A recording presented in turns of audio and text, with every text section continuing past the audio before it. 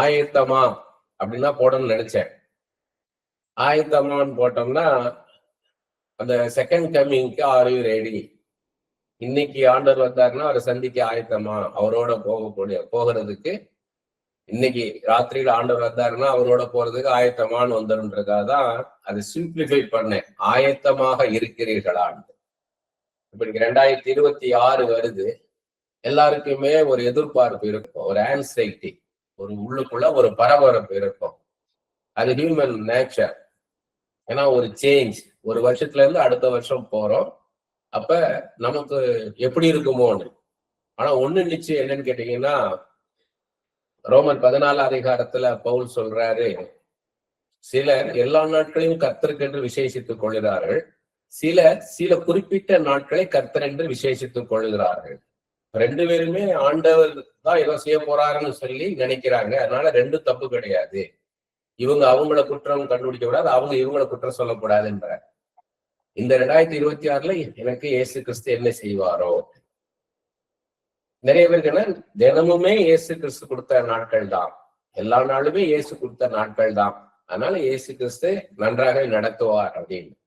ரெண்டுலையும் பாத்தீங்கன்னா இயேசுவை மையமா கொண்டிருக்கு. இயேசுவை நம்பி பாக்குறோம். அப்ப இயேசு கிறிஸ்து நல்ல தெய்வம், நல்ல தேவன், நல்ல மீட்பன், நிச்சயமாக நமக்கு நல்லதை செய்வார். அந்த நிச்சயத்தோட நம்ம இருக்கணும். என் வாழ்க்கையில இதுவரைக்கும் எனக்கு நல்லதுதான் செய்தார்.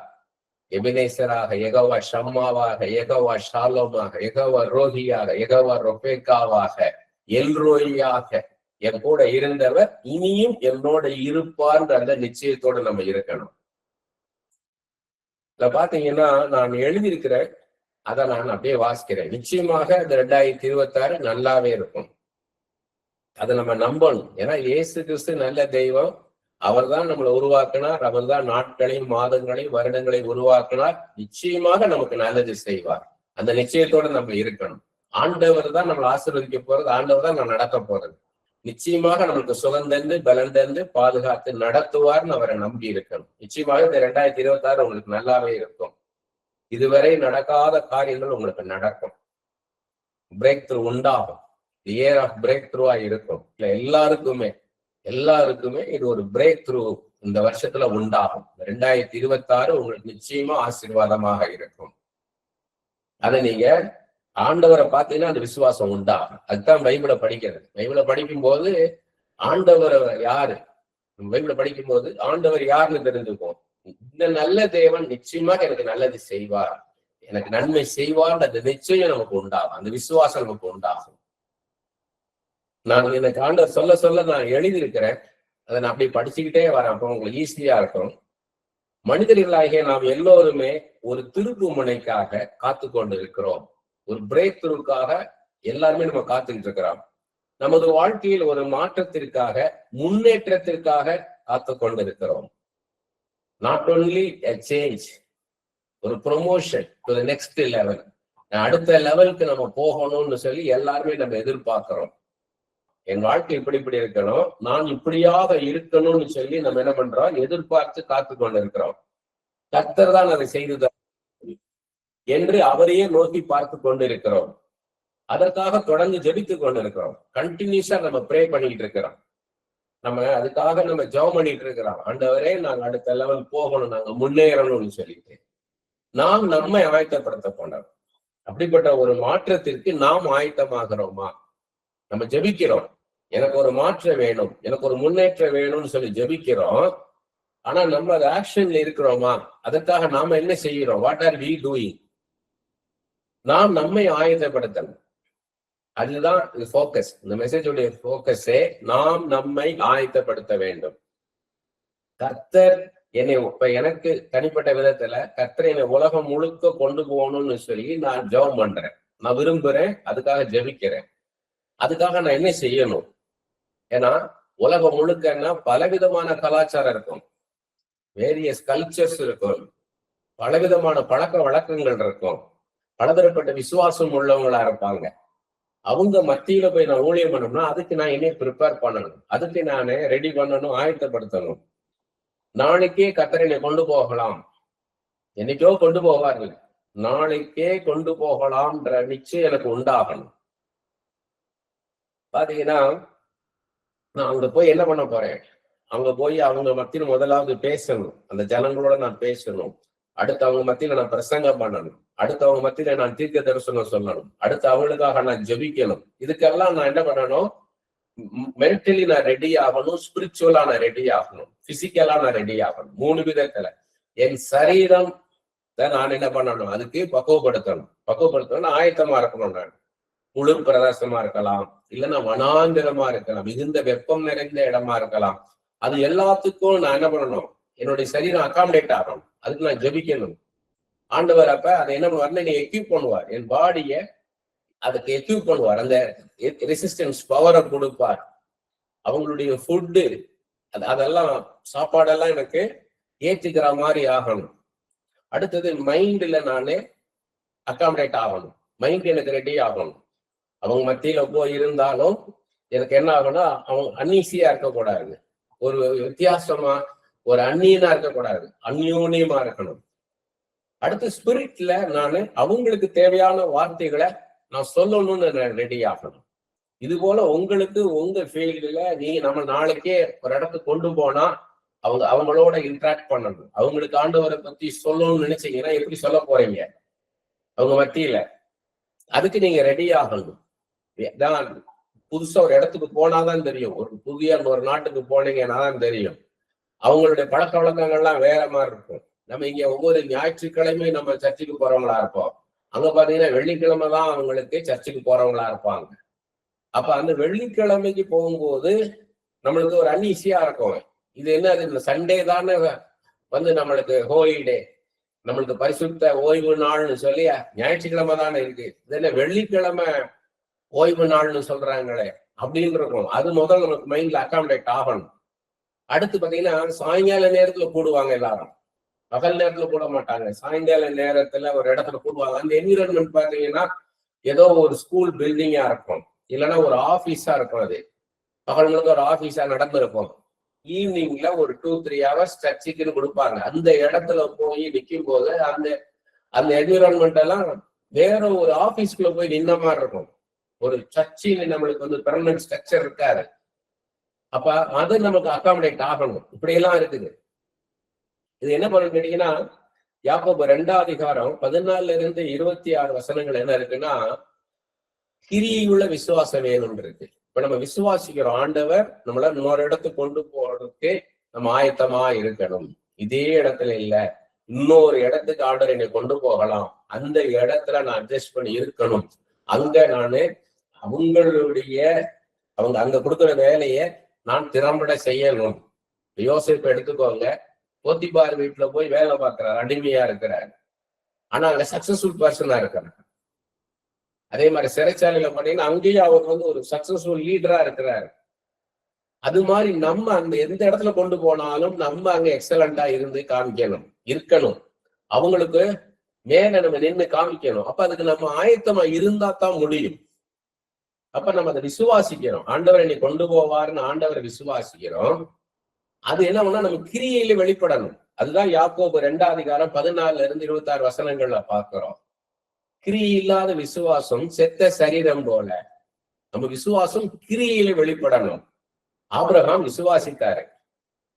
அதை என்ன பண்ணா கிரியில எப்படி வெளிப்படுத்தினார்னா, ஈசாக்க பலியிடுன்னு சொன்ன போது ஆண்டவரே நான் 75 வருஷமா நான் காத்திருந்தேன், எனக்கு 75 வருஷமா நீங்க வந்து குழந்தை கொடுக்கல, 75வது வயசுலதான் எனக்கு குழந்தை தருவேன்னு சொன்னீங்க.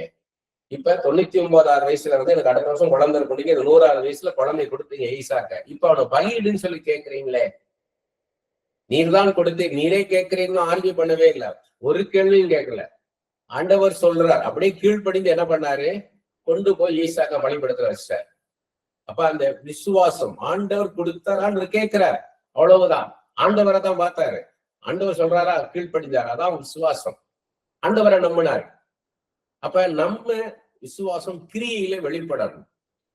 என்னை வந்து இன்னொரு இடத்துக்கு ஆண்டவர் கொண்டு போவார், நான் இப்படி இருக்கணும் அந்த மைண்ட் செட்டை முதல்ல எடுக்கிறார். இப்ப நான் பேசும்போது எனக்கு ஆண்டவர் காமிக்கிறது அதுதான், இதுதான் லைஃப், இப்படிதான் இருப்பேன் இல்ல, இதுல ஒரு மாற்றம் உண்டாகும், இதுல ஒரு முன்னேற்றம் உண்டாகும். அதற்கு நான் ரெடியா இருக்கிறேன்னா, நான் தூர்தர்ஷன்ல இருக்கும்போது எனக்கு பார்த்தீங்கன்னா 50 கேமராமேன் நாங்க, கிரேட் 2 கிரேடு 1ன்ற கேமராமேன், சீனியர் கேமராமேன் 9 பேர், அதுக்கு மேல டிப்டி டைரக்டர், அவர்தான் எங்களுக்கு ஹெட்டு.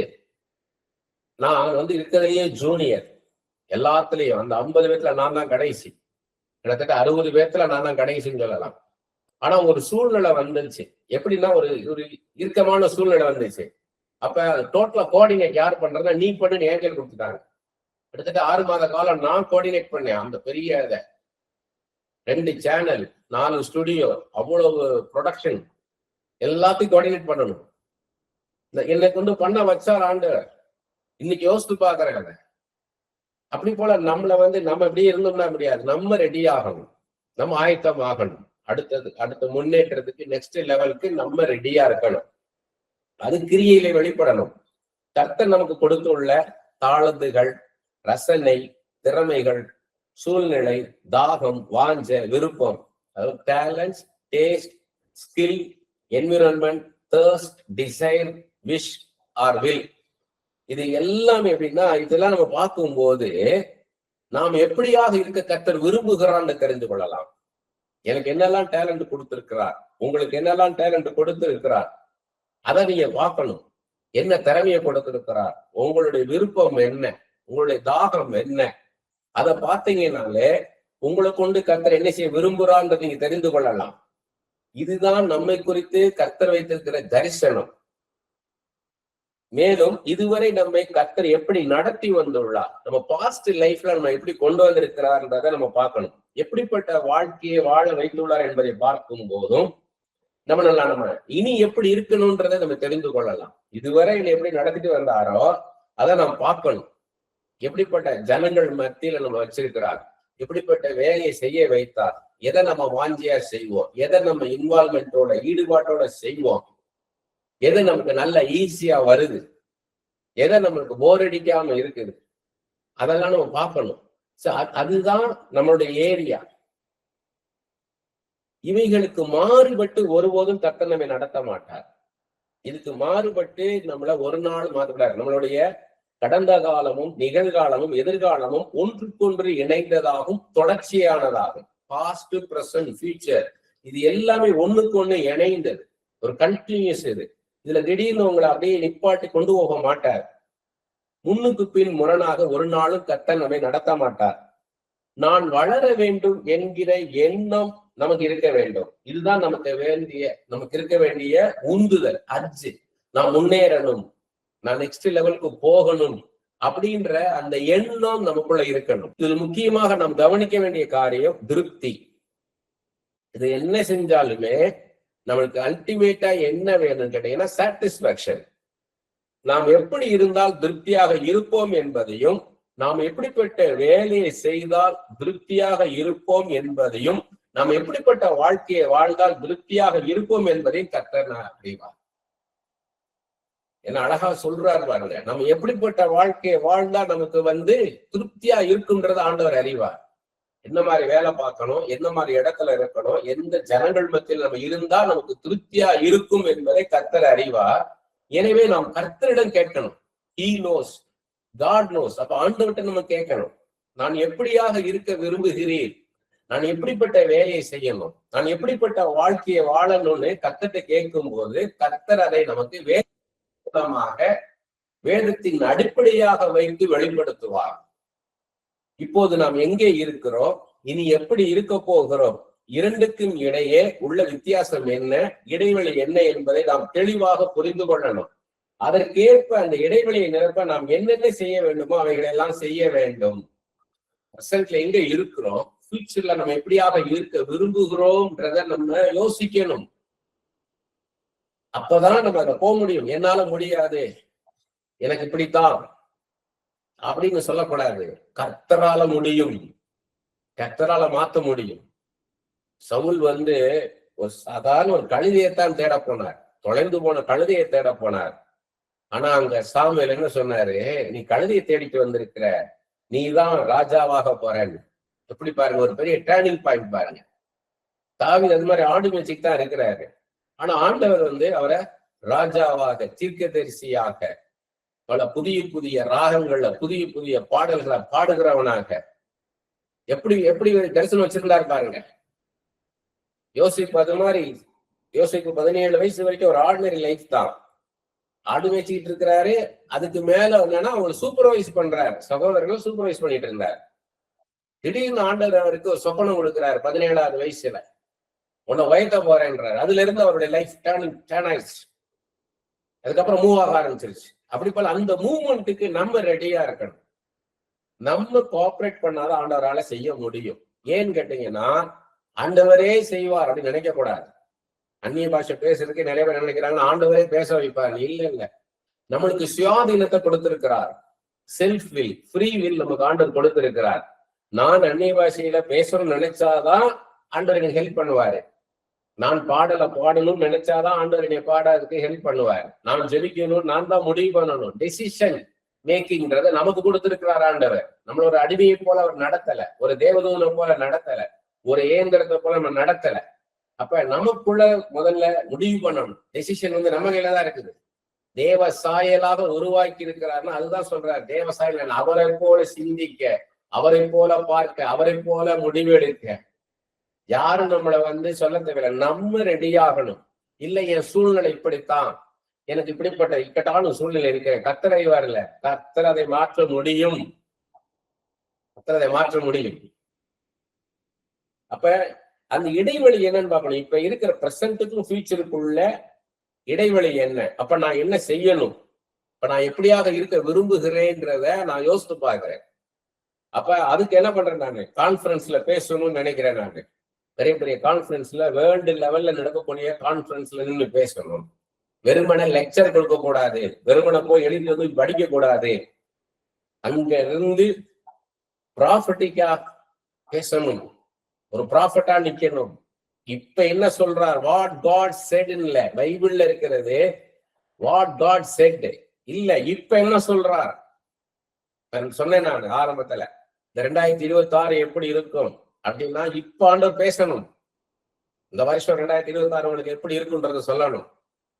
அப்ப இந்த வேதத்துல இருந்து பேசுறதுன்றது வேற, அதுக்கு அப்பாற்பட்டு இப்ப இந்த வேதத்துல என்ன கர்த்தர் சொல்லுகிறார் அதுதான் வேணும். லோகோஸ் இதுல இருக்குது, ரேமா வேணும், ரிட்டன் லோகோஸ், இது ஸ்போக்கன் லோகோஸாக மாறணும்.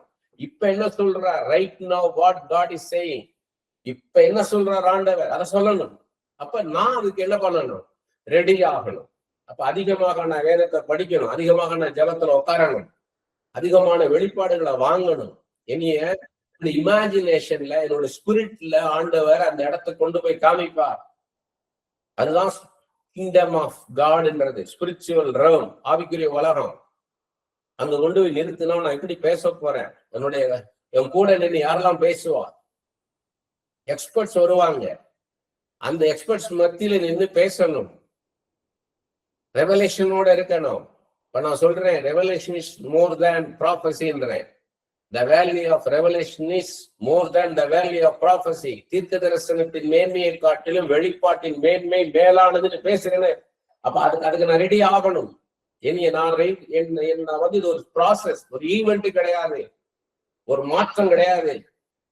இப்ப நீங்க போய் ஒரு அந்நிய தேசத்துக்கு போறீங்க, ஒரு ஃபாரின் கண்ட்ரிக்கு ஒரு ஃபிளைட் டிக்கெட் வாங்கி ஏறி இறங்குனீங்கன்னா முடிஞ்சிச்சு. அடுத்த 24 ஹவர்ஸ்ல வேற இடத்துல லேண்ட் ஆயிடுவீங்க. வேற ஜனங்கள் பத்தியில கொண்டு போயிடுவாரு. அந்த இடத்துல நம்ம பேசுறதுக்கு ஆயத்தமா இருக்கோமா? ஒரு தீர்க்கதரிசியா நிக்க ஆயத்தமா இருக்கோமா? அங்க உள்ள பேர்கள்லாம் வித்தியாசமா இருக்கும். அந்த பேரெல்லாம் வாயிலே உச்சரிக்க முடியாது. ஒண்ணும் இல்லை, நீ அருணாச்சலோ, நீங்க மிசோராம் போனீங்கன்னா நீங்க பாத்தீங்கன்னா அவங்க பேரெல்லாம் உச்சரிக்கவே முடியாது, வினோதமா இருக்கும். அந்த பேரை நீங்க ப்ராஃபஸியா சொல்லணும். அவங்க லைஃப், அவங்க பாஸ்ட் லைஃப் என்ன, அவங்க பிரசன்ட் லைஃப் என்ன, அவங்க ஃபியூச்சர் எப்படி இருக்கும், அவங்களுடைய நேச்சர் என்ன, அவங்களை என்ன மாதிரி என்விரான்மெண்ட் ஆண்டு கொண்டு வந்தார், இதெல்லாம் நம்ம ப்ராஃபஸியா சொல்லணும். அப்ப அதுக்கு நம்ம ரெடி ஆகணும். ஆண்டவரோட க்ளோஸ் கனெக்ஷன் இருக்கணும், க்ளோஸ் வாக் வித் காட் வேணும். அதுக்கு முதலாவது என்ன பண்ண கேட்டீங்கன்னா, நம்ம சோம்பேறித்தனத்தை எடுத்து போடணும்.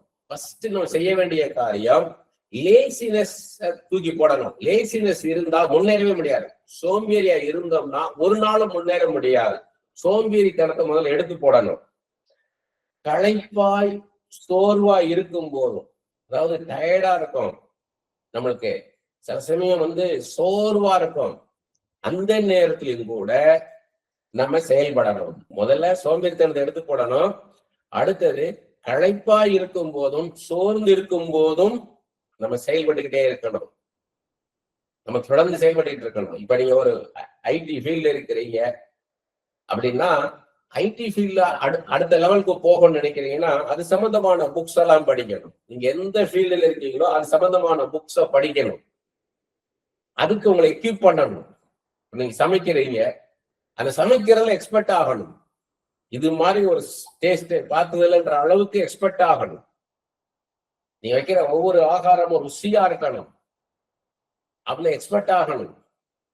அப்படி இருந்தீங்கன்னா நிச்சயமாக கர்த்தர் பயன்படுத்துவார். எப்படி பயன்படுத்துவார்னு சொல்ல முடியாது.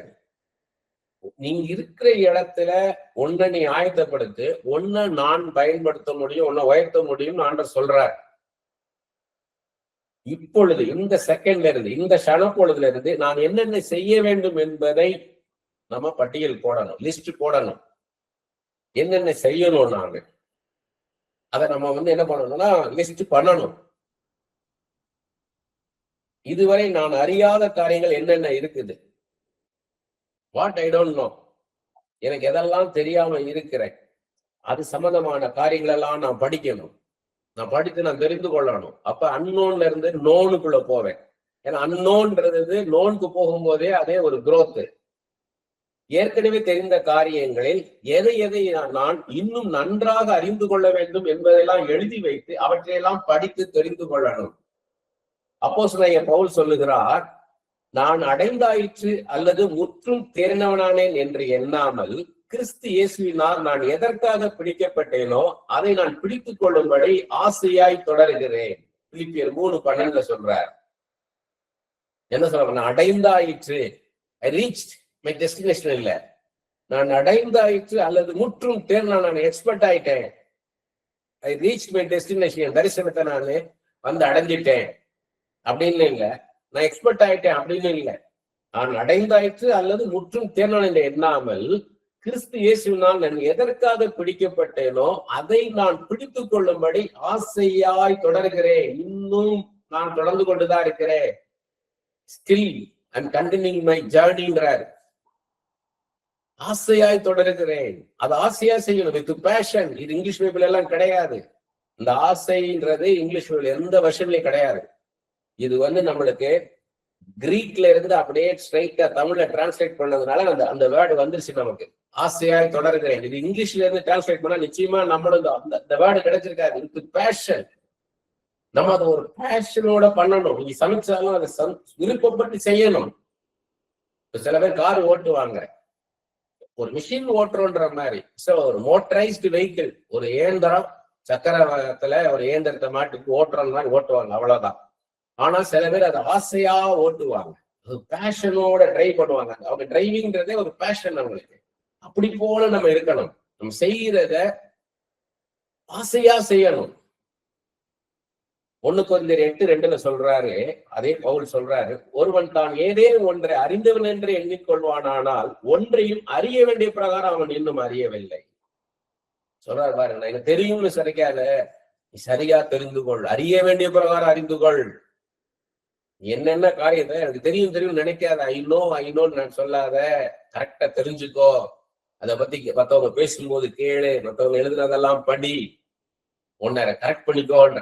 நீ சரியா தெரிந்து கொள், முழுமையாக தெரிந்து கொள்ன்றார். 1 கொரிந்தியர் 13:9 சொல்றாரு, நம்முடைய அறிவு குறைவுள்ளது. சங்கீதம் 147:5 இது யாருன்னு போடல, இதை யாரு சங்கீதத்தை எழுதினாருன்னு போடல. சங்கீதம் 147:5 அவருடைய அறிவு அளவில்லாதது. His understanding is infinite. அவருடைய ஆண்டவருடைய அறிவு அளவில்லாதது என்றார். அதாவது ஒரு இன்ஃபினிட், அதுக்கு எல்லையே இல்லைன்றார்.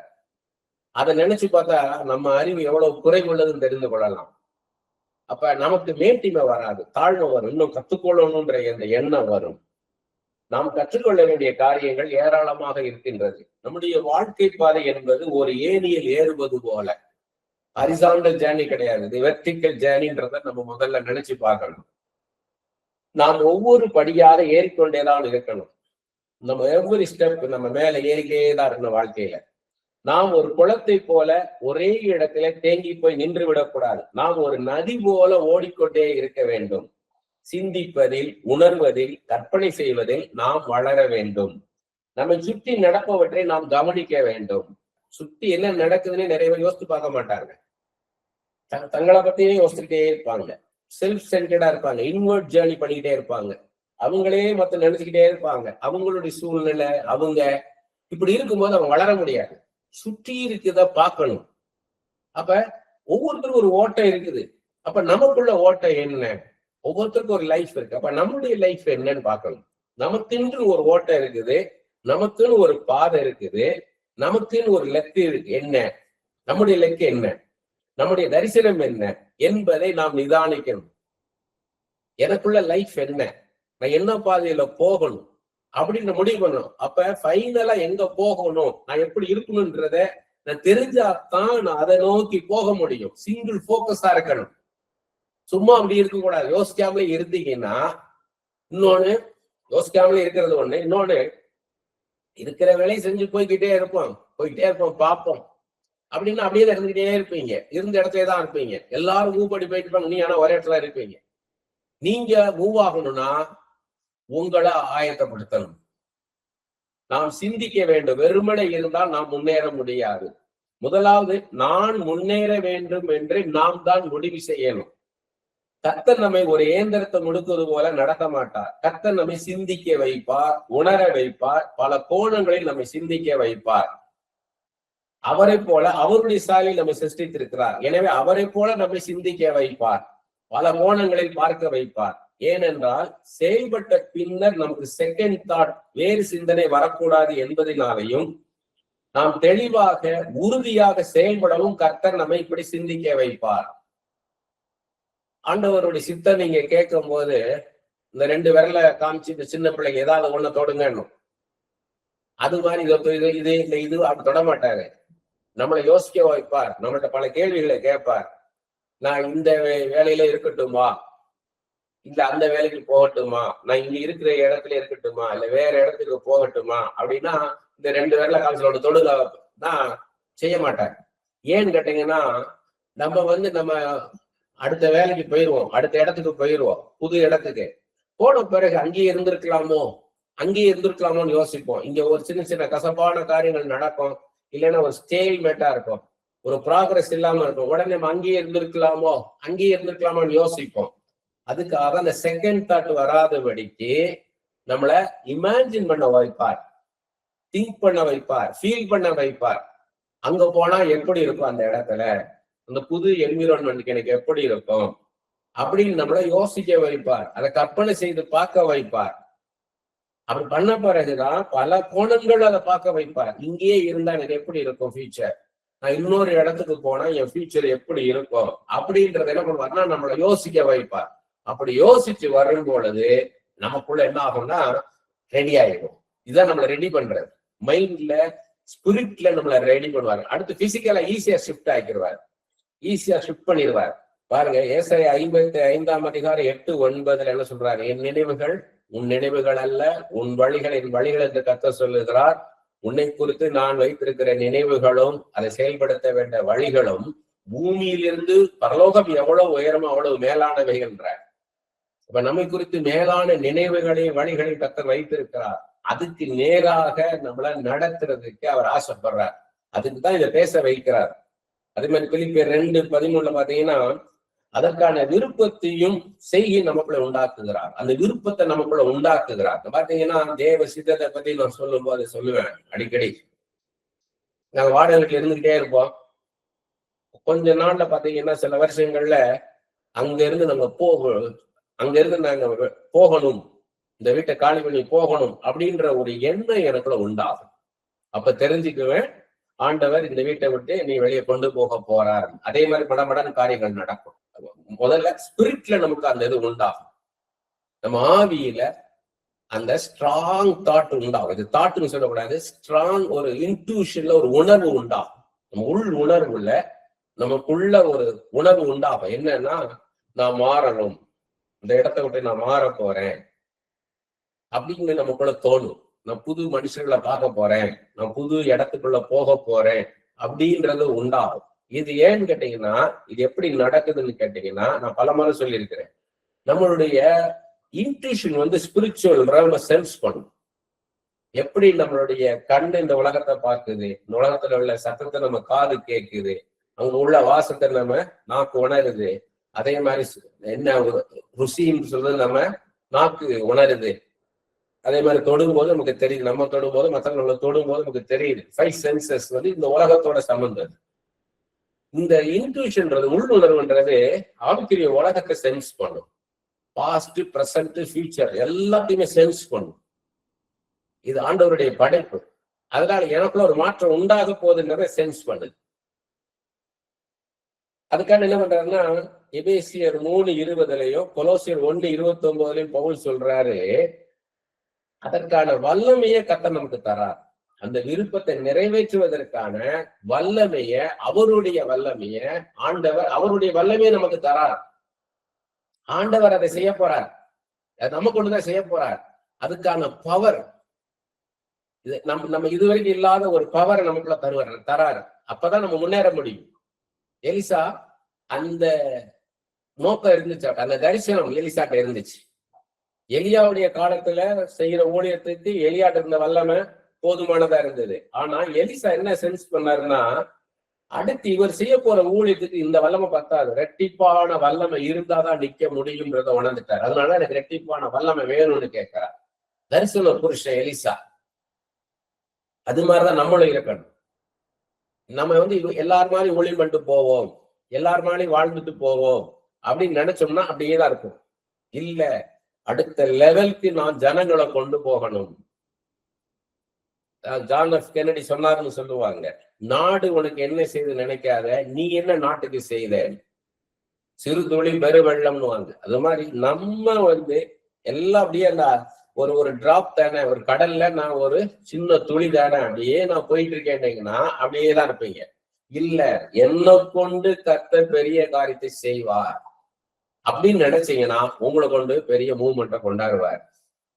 ஆபிரகாம்ன்ற ஒரு மனுஷனை வச்சுதான் அந்த அந்த அந்த இடத்த நடத்தினார். மோசேன்ற ஒரு மனுஷனை வச்சுதான் அந்த நாட்களை நடத்தினார். அப்படி போல தானியல்ன்ற ஒரு மனுஷனை தான் அங்க லீடரா வச்சிருந்தார். யோசேப்பின்னு ஒருத்தரை தான் அங்க லீடரா வச்சிருந்தார். அப்படி போல உங்களை லீடரா வைப்பார் ஆண்டவர். அதுக்கு நீங்க ஆயத்தமாக இருக்கணும். அது இந்த 2026 எனக்கு செஞ்சு கொடுத்தா பாத்தீங்கன்னா அப்படியே செய்வார். நீங்க இருக்கிற இடத்துல உங்க லீடரா ஆக்கிடுவார். எனக்கு தெரிஞ்ச ஒரு பாஸ்டர், அவர் ஒரு விசுவாசியா இருந்தார். முதல்ல விசுவாசியா இருந்தாரு. விசுவாசியா இருக்கும்போது அப்பதான் போய் பைபிள் காலேஜ்ல படிக்க வச்சாங்க. ஈவினிங் காலேஜ்ல படிச்சாரு. ஈவினிங் பைபிள் காலேஜ்ல படிச்சாரு. நம்ம பைபிள் ஸ்டடி கூட்டிட்டு வந்தாங்க, இன்னொரு பாஸ்டர் கூட்டிட்டு வந்தாரு. அவர் சாதாரணமா இருந்தாரு. ஆனா பாத்தீங்கன்னா நாட்கள் செல்ல செல்ல, மாதங்கள் செல்ல செல்ல, வருஷங்கள் செல்ல செல்ல பாத்தீங்கன்னா எந்த கூட்டத்துக்கு போனாலும் இவர்கிட்ட ஆலோசனை கேட்பாங்க. அப்படி போல ஆண்டவர் உயர்த்திட்டாரு. பெரிய பாஸ்டர்ஸ் மீட்டிங் நடந்தாலும் அவர் வராருன்னு அவர்கிட்ட ஒரு வார்த்தை கேட்டு போனுவாங்க, அவர் என்ன சொல்றாரு. ஏன்னா அவர் சொல்றது ஞானமா இருக்கும், சரியாக இருக்கும், முதிர்ச்சி இருக்கும், அதுல நிதானம் இருக்கும். பேசுறது அவ்வளவு நிதானமா இருக்கும். கரெக்டா எல்லாத்தையும் பிரிச்சு பிரிச்சு பேசுவார். ஆச்சரியமா இருக்கும். ஒரு சாதாரணமா ஒரு ஸ்டூடெண்ட் மாதிரி வந்தவரு பைபிள் ஸ்டடிக்கு இன்னைக்கு பாத்தீங்கன்னா அவர் பேசி நம்ம உட்கார்ந்து கேட்கணும். அப்படி போல ஆண்டவர் எல்லாரும் உயர்த்த முடியும். நான் இப்படி இருந்துட்டு போய் நினைச்ச முடியாதப்ப நிறைய படிச்சார் அவர். நான் அவருடைய வாழ்க்கையை நான் யோசித்து பார்க்கிறேன். ஃப்ரீக்வெண்டா வீட்டுக்கு வருவார். வீட்டுக்கு உட்காந்து பல கேள்விகளை கேட்பாரு, பல புஸ்தகங்களை போய் படிப்பார். உட்காந்து லைப்ரரியில போய் உட்காந்து ஆவிக்குரிய புஸ்தகங்கள் பூரா படிப்பார். பைபிள்ல பாத்தீங்கன்னா வேற வேற வெர்ஷன்லாம் படிப்பாரு. படிச்சுட்டு ஆழமான காரியங்களை கேட்பார். இது எப்படி, அது எப்படி, இது எப்படி. அப்ப தந்தை அவர் ப்ரிப்பேர் பண்ணார். அதனால அவர் போய் நின்று பேசும்போது அதுல ஒரு முதிர்ச்சி, அதுல ஒரு தைரியம். ஆண்டவர் இப்படித்தான் நடத்துவார், ஆண்டவருடைய சித்தம் இதுதான், ஆண்டவருடைய சிந்தை இதுதான், இப்படிதான் நடத்துவார், இப்படி நடத்த மாட்டாருன்னு. ஏன்னா ஆண்டவர் பத்தி நல்லா தெரிஞ்சுக்கிட்டார். அப்படி போல நீங்க ஆவிக்குரிய காரியங்களை நீங்க அறிந்து கொண்டாதான் நீங்க வளர்ச்சி அடைய முடியும். எல்லாவற்றையும் அவர் பேசி நாம் கேட்டு கற்றுக்கொள்ள முடியாது. பல காரியங்களை அனுபவங்கள் மூலமாக கற்றுக் கொடுப்பார். த்ரூ எக்ஸ்பீரியன்ஸ், அனுபவங்கள் வழியா கற்றுக் கொடுப்பார். அதை நம்ம கவனிக்கணும். எப்படிப்பட்ட அனுபவங்கள் வழியா நடத்தி கொண்டு வருகிறார், எப்படிப்பட்ட மனிதர்கள் மத்தியில் நடத்தி கொண்டு வருகிறார் அப்படி பார்க்கணும். இப்ப நீங்க சபை நடத்துறாங்க, அப்ப சபை அப்படின்னா என்ன? விசுவாசிகள் வருவாங்க அப்படின்னு. ஆனா இப்ப சமீபமா ஒருத்தவங்க கான்டாக்ட் பண்ணாங்க. அவங்க சர்ச்சை இப்பதான் ஆரம்பிக்கிறாங்க, அதுக்கு சம்பந்தமா கேட்கிறாங்க. அப்ப ஆண்டவர் சொல்றாரு, புறஜாதிகள் வருவாங்க, அநேக புறஜாதிகள் வருவாங்க, இயேசு பத்தி அறியாதவங்க. அப்ப உன்னுடைய பேச்சு சிம்பிளா இருக்கணும். விசுவாசிகள் மத்தியில பேசுற மாதிரி நீ பேசக்கூடாது. PhD படிக்கிறவங்க மத்தியில பேசுற மாதிரி பேசக்கூடாது. 6ஆம் கிளாஸ் பிள்ளைகிட்ட பேசுற மாதிரி பேசணும். நீ அதுக்கு உன்னை ஆயத்தப்படுத்தினார். அவங்களுக்கு நான் சொன்னேன், நீ அப்படி போல பிகினர்ஸ், அவங்களுக்கு எப்படி இயேசு சொல்றதுல இருந்து நான் ஆரம்பிக்கணும் அப்படின்னு சொன்னேன் அவங்களுக்கு. ஏசாயா 42:16 வசனம், குருடரை அவர்கள் அறியாத வழியிலே நடத்தி அவர்களுக்கு தெரியாத பாதைகளில் அவர்களை அழைத்து கொண்டு வந்து அவர்களுக்கு முன்பாக இருளை வெளிச்சமும் கோணலை செவியுமாக்குவேன். இந்த காரியங்களை நான் அவர்களுக்கு செய்து அவர்களை கைவிடாதிருப்பேன். நம்மள நடத்துறது பல நேரங்கள்ல குருடரை நடத்துற மாதிரிதான் இருக்கும். பிளைண்ட் பீப்புளை நடத்துற மாதிரி. எங்க இருக்கோம்னே தெரியாது, எங்க கொண்டு போறாருன்னே தெரியாது. ஆனா என்னன்னா, இருளை வெளிச்சமும் கோணலை செவியுமாக்குவேன். உன்னை பிளைண்டாக விட்டுற மாட்டேன்றாரு. உனக்கு என்ன நடக்குதுன்றதை நான் காமிப்பேன். என்னை நம்பி வா, என்னை நம்பி வா, நான் கொண்டு போவேன். இன்னைக்கு உனக்கு எதிர்காலத்தை குறித்து தெரியாது. மனித அறிவுக்கு ஞானத்துக்கு அப்பாற்பட்டது எதிர்காலம். அதனால உனக்கு தெரியாது எப்படி இருக்குமோன்னு. ஆனா எனக்கு தெரியும், நீ வா என் கூட, அவனை நான் நடத்துவேன்ற, நான் நடத்தி கொண்டு போவேன்ற. அவனை எனக்கு நான் அவர் பார்க்கிறார். அவர் நமக்கு கண்களாக இருப்பார்.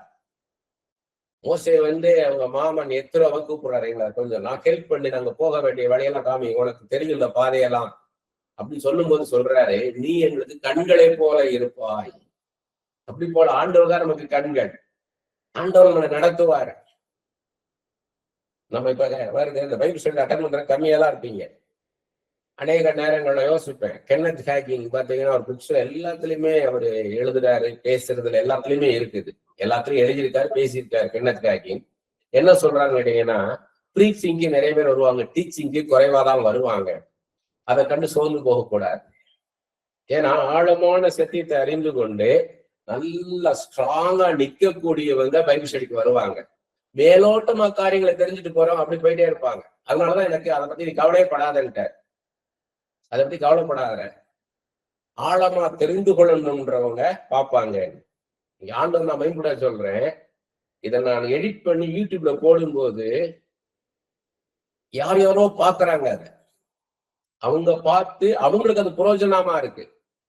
அதே மாதிரி இந்த புஸ்தகமா போட்டதெல்லாம் பாத்தீங்கன்னா, என் கண்ணு முன்னால இருக்கிறவங்க எவ்வளவு பெனிஃபிட் ஆனாங்க என்னன்னா ஒருத்தருமே சொல்லல.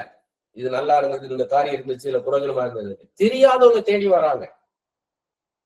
அந்த யூடியூப்ல பார்த்துட்டு வீட்டுக்கு தேடி வர்றாங்க. அதுல இருக்கிற போன் நம்பரை படிச்சு போன் பண்ணி வீட்டுக்கு வராங்க. ஆச்சரியமா இருக்குது. அவங்க சொல்றதை கேட்கும் போது எங்களுக்கு தேவையானது உங்கள்கிட்ட இருக்குன்றாங்க. அப்ப அதனாலதான் ஆண்டவர் நம்மளாரு, நீ பேசிட்டு போய்கிட்டே இரு. இதை கேட்கக்கூடிய ஆட்களை, இது யாரு கேட்கணுமோ அவங்கள நான் கேட்க வைப்பேன்ற. உன்னுடைய பங்கு நீ பேசு, அவ்வளவுதான்ட்ட. சோ என் கண்ணு முன்னால எத்தனை பேர் இருக்காங்கன்றத நான் பார்க்க வேண்டியது இல்லை. ஏன்னு கேட்டீங்கன்னா, கர்த்தருக்கு நிச்சயம், அதான் விசுவாசம். கர்த்தர் பேச சொன்னா பேசிக்கிட்டு இருக்கேன், எவ்வளவு நாள் பேசுறது தெரியாது. இதுதான்ன்றது எனக்கு இந்த விசுவாசம் இந்த பைபிள் ஸ்டடியில வரக்கூடாது. இந்த யூடியூப் மேல என் விசுவாசம் வரக்கூடாது. கர்த்தர் எப்படி கொண்டு போவார்னே சொல்ல முடியாது. பாருங்க, நம்மளுடைய அறிவு குறைவுள்ளது, கர்த்தருடைய அறிவு மேலானது. நம்மால் அதை கிரகிக்க முடியாது. அனுபவங்கள் மூலமாக நம்ம கற்றுக்கொள்வோம். யோபு 37:5 எலிகு சொல்றாரு, கிரகிக்க முடியாத பெரிய காரியங்களை கர்த்தர் செய்கிறார். நம்மளால காம்ப்ரிஹெண்ட் பண்ணவே முடியாது. காம்ப்ரிஹென்ஷன் என்ன சொல்லுவாங்க, காலையில நடந்தது, ராத்திரில நடந்தது, மத்தியானம் நடந்தது, சாயங்காலம் என்ன நடந்தது, முந்தின ராத்திரி என்ன நடந்ததுன்னு மாறி மாறி இருக்கும்.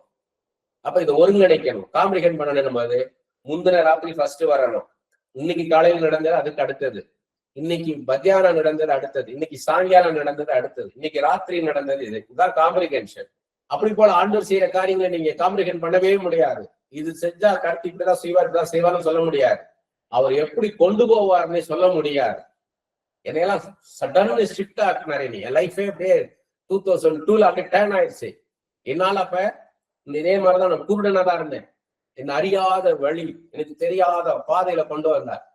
இப்படி எல்லாம் உட்காந்து நம்ம பிரசங்கம் பண்ணுவேன்னா நான் யோசிச்சு கூட பார்க்கல, இமேஜின் பண்ணதும் இல்லை, ஒரு சொப்பனம் கூட கண்டது இல்லை, யாரும் எனக்கு சொன்னவும் இல்லை. ஆண்டவர் தூக்கிட்டு வந்தார். அப்படி போல ஆனா எல்லாமே எனக்கு ரிலேட்டட். இன்னைக்கு நான் பேசுறேன்னா என்னை எழுத வச்சார். சின்ன வயசுல இருந்து என்னை எழுத வைத்தார், படம் வரைய வச்சார். அப்ப எனக்கு ஒரு தரிசனம் பாக்குறேன்னு எனக்கு என்னன்னு தெரியும்.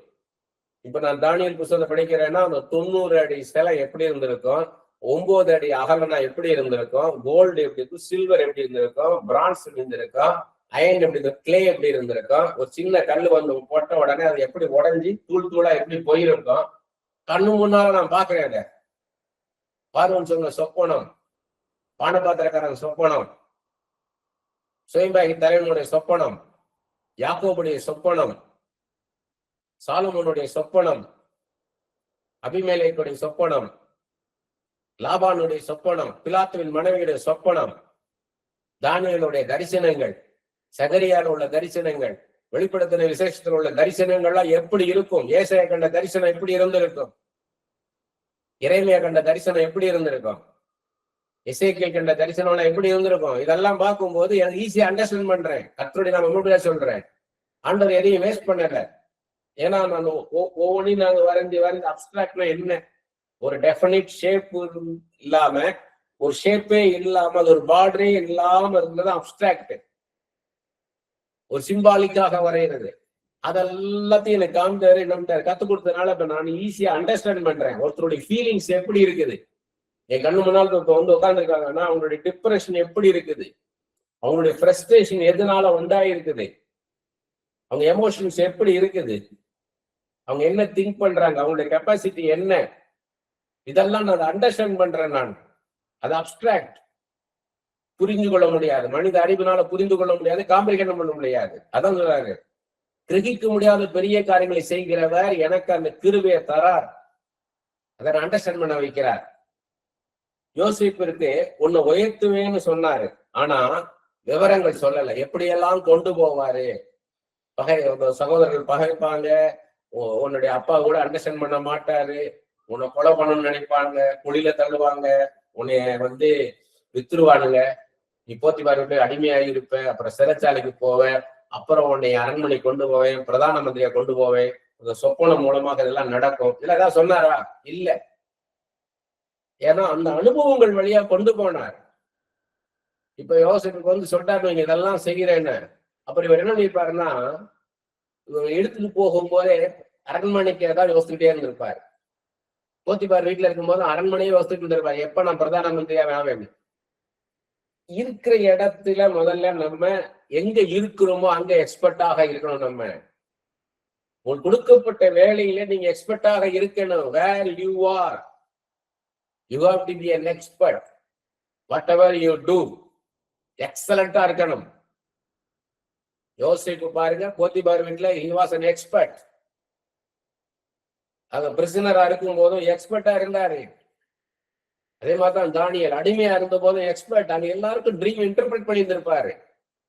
ஏதோ ஒரு நாள்ல திடீர்னு போய் நேபுகாத்து நேச்சருக்கு முன்னாடி சொப்பனத்தை வியாக்கியானம் பண்ணிருக்க மாட்டாரு. இதெல்லாம் டெய்லி நடந்திருக்கும். போத்திபார் வீட்டுல யோசிப்பு தினமும் சொப்பனங்களை விளக்கம் சொல்லிட்டு இருந்திருப்பாரு. அவங்க சகோதரர்கள் சொல்லிட்டு இருந்திருப்பாரு. டெய்லி அவர் சொப்பனம் பார்த்து சொல்லிட்டு இருப்பாரு. அந்த ஊர்ல இருக்க சொப்பனம் கண்டவங்க எல்லாம் விளக்கம் சொல்லிட்டு இருந்திருப்பாரு. அப்படிதான் நம்மளை ட்ரெயின் பண்ணுவார். ப்ராசஸ். அதுக்கு என்ன யூஸ் பண்ணுங்க ஆண்டவரே கேட்கணும். யூஸ் பண்ணுங்கன்னு கேட்கணும். பாருங்க, மோசேக்கு அதே மாதிரி வனாந்தர வாழ்க்கை பத்தி சொல்லல. நீதான் இஸ்ரேல் ஜனங்களை வழி நடத்த போறேன்ட்டாரு. உடனே இவர் வெளியே வந்துட்டாரு. வனாந்தரம் 40 வருஷம் வனாந்தரம். அது ஆண்டவர் சொன்னாரா? இல்ல. ஏன்னா ஒவ்வொரு நாளும் அவரை யோசிக்க வைக்கிறார். மோசைய ஒவ்வொரு நாளும் யோசிக்க வைக்கிறார். தன்னை ஆயத்தப்படுத்த வைக்கிறார். பொறுமையை கொண்டு வர்றார், பூரணத்தை கொண்டு வர்றார். ஏன்னா முறுமுறுக்கிற ஜனங்க, வணங்கா கழுத்து உள்ள ஜனங்களை அவர் நடத்தணும். டெஸ்டினேஷன் சொல்லப்பட்டது, முடிவு சொல்லப்பட்டது, அதற்கான பாதை சொல்லப்படல அவங்களுக்கு. அப்படித்தான் நமக்கு எல்லாத்தையும் சொல்லிட்டாருன்னா உங்களுக்கு ஒரு இன்ட்ரெஸ்டாவே இருக்காது லைஃப். உங்களுக்கு இந்த சின்ன வயசுல படம் பார்க்கும் போது சொல்லுவாங்க மாதிரி கூட இருக்கிற பசங்க, இந்த அடுத்த சீன் இப்படி நடக்கும் பாரு, இந்த அடுத்த சீன் இப்படி பாருங்க, ஒரு இன்ட்ரெஸ்டே போயிடும் நமக்கு. நமக்கு லைஃப்ல அப்படிதான் கொண்டு போவாரு. நம்மளுக்கு அடுத்தடுத்து என்ன செய்யறாருன்றத, அவர் எவ்வளவு நல்லவரா இருக்கிறார், எவ்வளவு நல்ல அனுபவங்களை தரார் நம்மளை ருசித்து பார்க்க வைப்பாரு. அனுபவங்களுக்கு கர்த்தர் முக்கியத்துவம் கொடுக்கிறார். இது கர்த்தர் நமக்கு கற்றுக் கொடுக்கிற பாடம். இப்ப பாத்தீங்கன்னா தாவீது எல்லாருக்கும் தெரிஞ்ச காரியம், தாவீது கர்த்தருக்காக ஆலயம் கட்டணும்னு ஆசைப்படுறார். ஆனா அந்த ஆலயம் எப்படின்னா மிக பிரமாண்டமா இருக்கணும்ன்றார். அது என்ன 1 நாளாகமம் 22:5 தாவீது சொல்றார், என் கர்த்தருக்காக கட்டுகிற ஆலயம் மிக பிரமாண்டமா இருக்கணும்ன்றார். மகா பெரிதா இருக்கணும், என் தெய்வம் மகா பெரிய தெய்வம், நான் கர்த்தருக்காக கட்டுகிற ஆலயம் மகா பெரிதாக இருக்கணும், அதை பாக்குறவங்க என் கர்த்தர் எவ்வளவு பெரியவர்னு பார்க்கணும். இதே இது 2 நாளாகமம் 2:5-9 சாலமோன் இதே சொல்றார், கர்த்தருக்காக கட்டப்போகிற ஆலயம் மிக பிரமாண்டமா இருக்கணும், பெரிதா இருக்கணும். ஆண்டவர் என்ன பண்ணாரு, நாத்தான் தீர்க்கதரிசி வந்து அதை தடை செஞ்சிட்டாரு. அது 2 சாமுவேல் 7-ம் 1 நாளாகமம் 17-ம் பார்க்கிறோம். கர்த்தர் அதை தடை செஞ்சிட்டாரு. ஆனாலும் என்ன பண்ணாருன்னா 2 நாளாகமம் 6:18 அடுத்தது 2 நாளாகமம் 2:6 1 ராஜாக்கள் 8:27 என்ன சொல்றாருன்னா, இது நல்லதுதான். அது வரைக்கும் அவர் வந்து ஒரு கூடாரத்துல இருந்தார் ஆண்டவர். தாவீதுதான் வந்து நான் மட்டும் கேதுரு மர மாளிகையில் இருக்கேன் அரண்மனையில, ஆனா ஆண்டவருடைய வந்து சாட்சி பெட்டி, உடன்படிக்கை பெட்டி வந்து ஒரு கூடாரத்துல இருக்குது, திரைச்சேலையில பண்ண கூடாரத்துல இருக்குதேன். அப்பதான் நாத்தான் சொன்னா விருப்பப்படி செய்யின்ட்ட. ஆனா ஆண்டவர் சொன்ன நாத்தான் இல்ல, அது என் விருப்பம் கிடையாது, நிறைய போர் செஞ்சிருக்கான், நிறைய பேருடைய ரத்தத்தை சிந்த வைத்திருக்கிறான், இவனை வச்சு கட்ட மாட்டேன்ட்டார். ஆனா இது நல்லதுன்ட்டார் ஆண்டவர். பாருங்க, அந்த இன்னும் நல்லதுதான் அப்படின்னு, உன் மகனை வச்சு நான் செய்கிறேன், உன் மகன் சாலமன். அப்பதான் சாலமோன்ற வெளிப்பாடை கொடுக்கிறார். 10வது பையன் சாலமன் வருவான், அவனை வச்சு கட்டுறேன், ஏன்னா அவன் பேரே சமாதானம், யுத்தமே இல்லாதபடிக்கு வச்சு அவனை வச்சு அந்த ஆலயத்தை கட்டுவேன்றார். அப்படி போல ஆண்டவருக்காக பெரிய காரியங்களை செய்யணும்னு நினைக்கிறோம் நீங்க. தாவீதுக்கு இப்படி ஆண்டவருக்காக நான் பெஸ்டா செய்யணும்னு நினைக்கிறோம் நீங்க. ப்ரே பண்ண சொல்றாங்க அப்படின்னா ஏதோ ப்ரே பண்ணணும்னு இல்லை, பவர்ஃபுல்லா ப்ரே பண்ணணும். 2 நிமிஷம் ஜபம்னாலும் அந்த 2 நிமிஷம் ஜபம் வந்து பவர்ஃபுல்லா இருக்கணும். ஒரு ஜேர்னியில போறீங்க, அந்த ஜேர்னியில வந்து ப்ரெசண்டா இருக்கணும், கூட மத்தவங்களுக்கு புரோஜனப்படணும். ஆண்டவரே, நான் டாக்ஸில ஏறும்போது நான் நினைப்பேன், ஒரு 5 நிமிஷம் தான் டிராவலா இருக்கும், இல்ல இந்த மனுஷனுக்கு நான் புரோஜனமானதை நான் பேசணும். எங்க போனாலும் நான் புரோஜனப்படணும், நான் யூஸ்ஃபுல்லா இருக்கணும். உமக்கு யூஸ்ஃபுல்லா இருக்கணும் ஆண்டவரேன்னு கேளுங்க. நீங்க உங்க ஆபீஸ்க்கு போறீங்க, நான் யூஸ்ஃபுல்லா இருக்கணும் ஆண்டவரே. ஒரு பேங்க்குக்கு போறீங்க, நான் யூஸ்ஃபுல்லா இருக்கணும் ஆண்டவரே. நான் எனக்குள்ள யோசிச்சுக்கிட்டே இருப்பேன், எப்படியாவது சொல்லணுமே, ஆண்டவரை குறித்து சொல்லணுமே, எப்படியாவது ஆண்டவரை குறித்து சொல்லணுமேன்னு ஏக்குவேன் நான். எனக்குள்ள அந்த ஏக்கம் இருந்துகிட்டே இருக்கும். ஏன்னா நம்மளுக்கு எங்க எனக்கு ஆண்டவர் தனிப்பட்ட விதத்துல சொன்னது, உங்களுக்கும் அதுதான் வார்த்தை. எங்க பிரசங்க மேடை இருக்குமோ அங்கதான் வச்சு உங்களை ஊழியம் செய்யணும்னு கிடையாது. நீங்க எந்த இடத்துல இருக்கீங்களோ அங்க உங்களுக்கு ஒரு பிரசங்க மேடை ஆண்டவர் தருவார், ஒரு புல்பிட் ஆண்டவர் உங்களுக்கு தருவார். wherever you are, God will provide a pulpit in that place for you if you are ready. நீங்கள் ஆயத்தமா இருந்தீங்கன்னா ஆண்டவர் உங்களுக்கு தருவார். உங்களுக்கு கொடுக்கப்பட்ட படிப்பை பாருங்க, நல்லா படிக்க வச்சிருக்கிறார் அப்படின்னு என்ன அர்த்தம்? படித்தவர்கள் மத்தியில உங்களை கொண்டு பயன்படுத்த முடியும், படிக்காதவங்க மத்தியிலும் பயன்படுத்த முடியும். அதை யோசித்துக்கணும், நீங்க அதை யோசிக்கணும். பேதுருவும் பவுலும் பல நேரங்களை நான் சொல்லியிருக்கிறேன். பேதுருவை வந்து அவர் மீன் பிடிக்கிறவங்க மத்தியில நல்லா பயன்படுத்தலாம், ஆனா ஞானிகள் மத்தியில, அறிவாளிகள் மத்தியில கொண்டு போய் பயன்படுத்தினா பவுல் தான் சரியான ஆளு. அப்படி போல உங்களை வந்து ஆண்டவர் எப்படி எல்லாம் கொண்டு வந்திருக்காருன்னு பாருங்க. நிறைய இடங்கள்ல நீ என்ன பண்ணுவாங்கன்னா, முன்னாடி நான் ஆரம்ப காலகட்டத்துல ஊழி செய்ய வந்த ஆரம்ப காலகட்டத்துல நான் கேமராமேனா போவேன், ஆனா அங்க போய் நான் மினிஸ்ட்ரி பண்ணுவேன். அந்த இடத்துல நான் கேமராமேனா தான் உள்ள உட்காந்துருப்பேன். நாங்க எல்லாருக்குமே நான் ப்ராஃபஸி சொல்லுவேன், கவுன்சில் பண்ணுவேன், ஜோம் பண்ணுவேன். அவங்களை தொடர்ந்து அவங்களை நடத்துவேன் நான். எப்படி பாருங்க, தாவீது அப்படிதான் கொண்டு போனாரு. அவர் சுரமண்டலத்தை கொடுத்து அரண்மனைக்குள்ள கொண்டு போறாரு. தாவீது ஒரு 15-16 வயசு பையன் சுரமண்டலத்தை எடுத்துட்டு அங்க போய் ராஜாவுக்கு முன்னாடி நின்று சுரமண்டலம் வாசிக்கிறதுக்காக போறாரு. ஆனா அங்க இவரை ராஜாவாக்குறதுக்குதான் ராஜாக்களை தள்ளி ராஜாவாக்கணும், ராஜாதி ராஜ திட்டம் போட்டார். அது மாதிரிதான் அது. அப்படி இருந்ததுனால நான் இங்க எல்லா இடத்துக்கும் போயிட்டேன். நான் கவர்னர் மாளிகைக்குள்ள போய், சீஃப் மினிஸ்டருடைய மாளிகைக்குள்ள போய், prime minister, president, scientist, various ஃபீல்ட்ல இருக்க வேரியஸ் பீப்புள் மத்தியில கொண்டு போய், ஸ்போர்ட்ஸ் பீப்புள் ஒரு பக்கம், இதெல்லாம் க்ளோஸ் ரேஞ்சில நான் போய் ஷூட் பண்ணுவேன். அந்த ஸ்டேடியத்துக்கு உள்ள போய் அவங்க கூட போய் இன்டர்வியூ எடுப்பேன். நான் டாஸ் போடும்போது அங்க நின்று அந்த டாஸ் போட்டு அவங்க பேசுற 2 கேப்டன் இன்டர்வியூ எடுத்துட்டு வரணும். அதெல்லாம் உள்ள போய் எடுத்து வந்துட்டேன் நான். பிரசிடென்ட்டுடைய ஸ்டேட்மெண்ட், பிரைம் மினிஸ்டருடைய ஸ்டேட்மெண்ட், கவர்னருடைய ஸ்டேட்மெண்ட், சிஎம் உடைய ஸ்டேட்மெண்ட், அதெல்லாம் யோசிச்சு பாக்குறேன் நான். எப்படியெல்லாம் இங்க கொண்டு போய் காமிச்சிருக்காங்க. எனக்கு அது பெருசா தெரியல. இன்னைக்கு உங்க மத்தியில நான் பேசுறேன். இது எத்தனை பேர் ரிசீவ் பண்றீங்க? விரல் விட்டு என்னலாம், அவ்வளவுதான். இதுல பின்னாடி யோசிப்பாங்க, இங்க இருந்து பேசும்போது நம்ம எல்லாம் கவனிக்கலையேன்னுவாங்க. என்னை கொண்டு போயிடுவார். ரொம்ப நாள் இங்க வச்சுக்கிட்டு இருக்க மாட்டார். ஏன்னா என்னுடைய மைண்ட் செட் எனக்கு எப்படின்னு எனக்கு தெரியும். என்னை ஆண்டவர் நடத்துற ரொம்ப நாள் இந்த இடத்துல வச்சிருக்க மாட்டார். என்னைய மொனாட்னஸ் ஆயிரும், எனக்கு ரொட்டீன் ஆயிரும். என் ரொட்டீனை நான் பிரேக் பண்ணணும்னு நினைச்சுக்கிட்டே இருப்பேன். தினமும் என் routine, how to break my routine life. ஒரு பேட்டர்னுக்குள்ள நான் வரமாட்டேன்.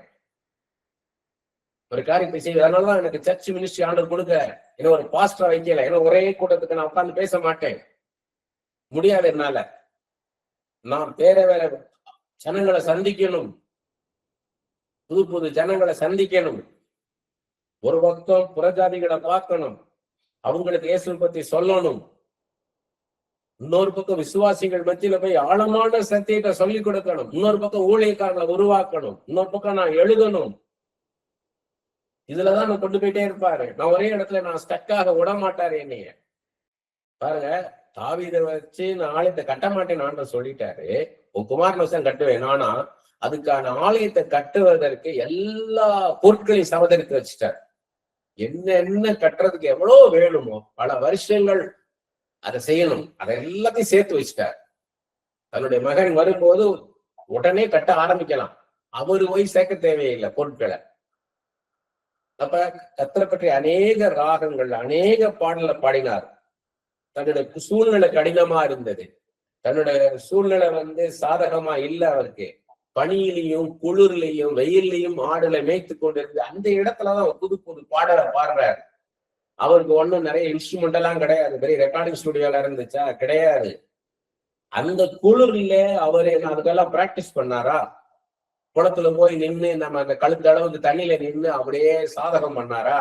இல்ல, கிடையாது. அவர் சாதாரணமா பாடிக்கிட்டு இருந்தாரு. ஆண்டவர் அவரை கொண்டு எப்படி பயன்படுத்துவார்? இன்னைக்கும் அவருடைய சங்கீதங்களை நம்ம பாடுறோம். அதே மாதிரி பவுல் பாத்தீங்கன்னா ஓடிக்கிட்டே இருந்தார். கடைசி வரைக்கும் ஓடிக்கிட்டு இருந்தார். இறுதி மூச்சு வரைக்கும் ஓடிக்கிட்டு இருந்தார். வேதத்துல பவுல் எவ்வளவு காரியங்கள் எழுதி வச்சிருக்காரு பாருங்க. அப்ப எவ்வளவு தூரத்துக்கு ஆண்டவர் பாரத்துல உட்கார்ந்து வெளிப்பாடுகளை வாங்கி எழுதியிருக்காரு பாருங்க. காலங்களுக்கு அப்பாற்பட்ட காரியங்களை இன்னைக்கும் நம்ம படிக்கிறோம் பவுல் எழுதுறது. ஏன் உங்களை அப்படி பயன்படுத்தக்கூடாது? ஏன் தெபோராள் மாதிரி உங்களை பயன்படுத்தக்கூடாது? ஏன் தானியல் மாதிரி, யோசேப்பு மாதிரி, மோசேயும் மாதிரி, ஏசையா மாதிரி, எலியா மாதிரி, எலிசா மாதிரி ஏன் உங்களை பயன்படுத்தக்கூடாது? ஆண்டவர் நிச்சயமா ஆண்டவரால் பயன்படுத்த முடியும். R you ready? நீங்கள் ஆயத்தமா? நீங்க என்ன செய்றீங்க? அதுக்கு நிறைய பைபிளை படிக்கணும். இந்த பைபிள்ல இருந்து எல்லாமே, இந்த பைபிள் தான் பேஸ். இதுல இருந்து நீங்க எவ்வளவு படிக்கிறீங்களோ அவ்வளவு தூரம் உங்களுக்கு கத்தை பயன்படுத்த முடியும். இன்னைக்கு இருக்க உங்க கண்ணு முன்னால இருக்கிற வாழ்க்கை இங்கதான் இருக்குது. நீங்க அமெரிக்கால இருக்கிறவரா இருக்கலாம், அமெரிக்க ஜனாதிபதியா இருக்கலாம், ரஷ்ய அதிபரா இருக்கலாம், யாராக இருந்தாலும் அவங்களுக்கு தேவையான வார்த்தை இதுல இருக்குது. இதை நீங்க படிச்சு தடியானீங்கன்னா உங்களை அவங்களுக்கு முன்னாடி கொண்டே நிறுத்துவார். கர்த்தர் எந்த அளவு பவுலோட நெருங்கி இருந்திருக்கிறார் என்பதை நாம் அவர் எழுதின வெளிப்பாடு மூலமா தெரிந்து கொள்ளலாம்.